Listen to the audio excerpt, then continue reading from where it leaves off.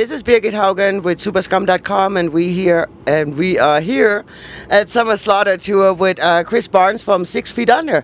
How are you doing, man? Hi. I'm doing great. Yeah, it's Summer Slaughter 2011. Last time I saw you guys was in '06 with Decapitated and Christian at some dive here in Denver. So what did you guys... It was a dive. It was a dive. Yes, it was. We had a lot of dives on that tour, but they were good shows. True. We had some stuff. What did you guys decide to jump onto that Summer Slaughter tour, kind of to bring your name back out into the game? Well, I figured since I was the guy that named Summer Slaughter, it would be good enough for me to do another tour on, Summer Slaughter 9 years later after I named the tour. So I liked all the bands on this tour. I felt it was a good move for us since we hadn't toured for a while, and it was going to be a high-profile type of showing for us. The bands on this bill are very diverse, and Power Glove by far the odd man out. Have you had a chance to see their set yet? I have not witnessed their set yet, but I know it's crazy. I will be seeing it. I'm still easing into the tour, so I'm like cool with what I have to do, and I'm prepared well. But I'm gonna check out those guys. I need to watch Dying Fetus too, so it's kind of hard to watch them because they're right before our set. So, but I love those guys. They're awesome. Traditionally, Summer Slaughter is more for the younger kids with the more core fan base. How do the fans react to your set on this tour? That's definitely true. There is a lot more of a younger crowd on this, and a lot of kids haven't seen us before.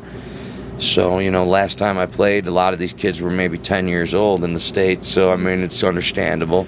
But it's really good, man. We're being accepted really well. I see that the kids really they're interested. They haven't really witnessed what we can do live, and we're 100% a live band.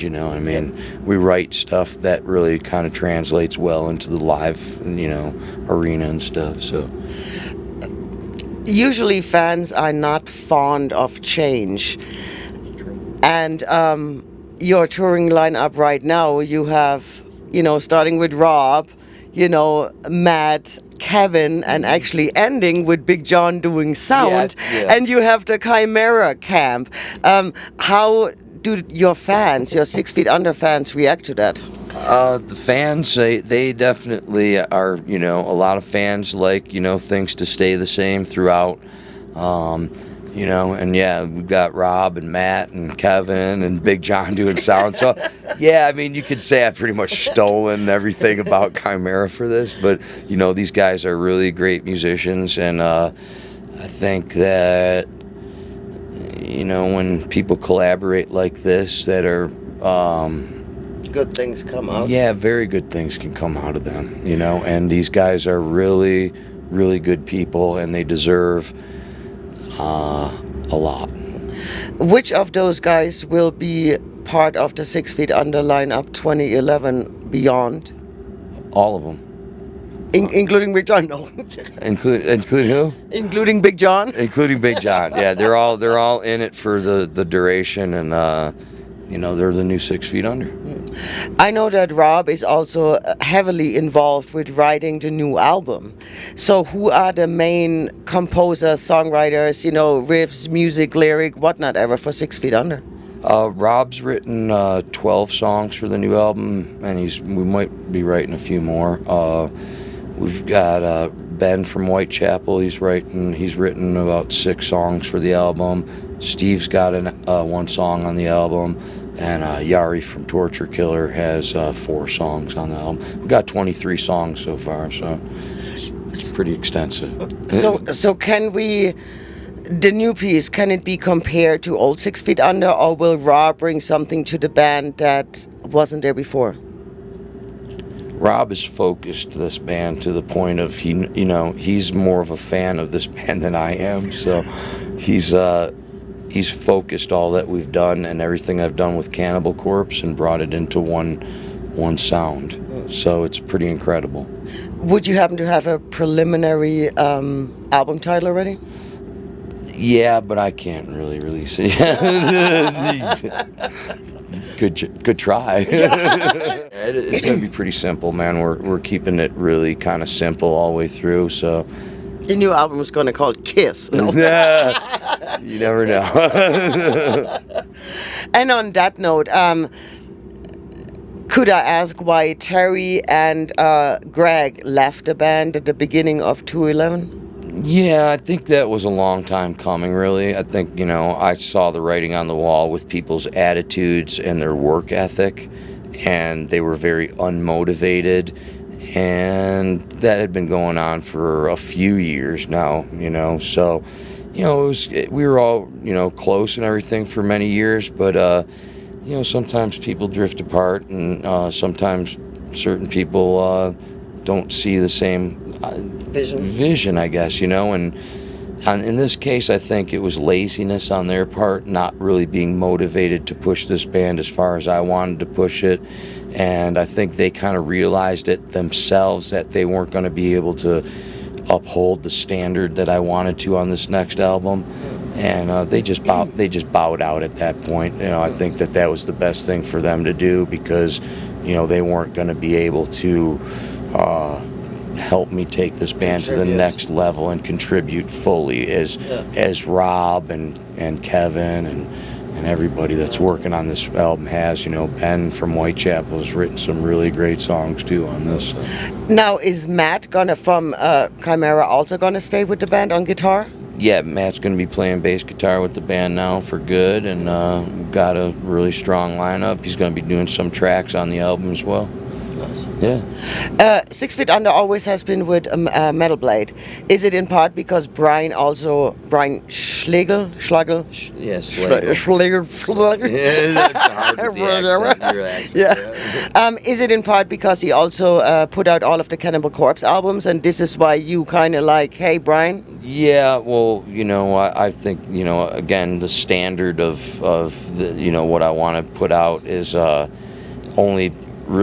only able to do that with Metal Blade, man. They really stand behind me, and they really have embraced what I do, and this album is no different. I mean, they're 100% behind us, and it feels really good to have the record label excited about new music that we're writing once again. It's been a long time since a lot of people have really kind of stood up and said, wow, man, this is really kind of good, So Brian heard the new material already? Oh, yeah. He hears everything. He's the overseer. He's the overlord. So, yeah, he hears everything. He watches it all. Yeah.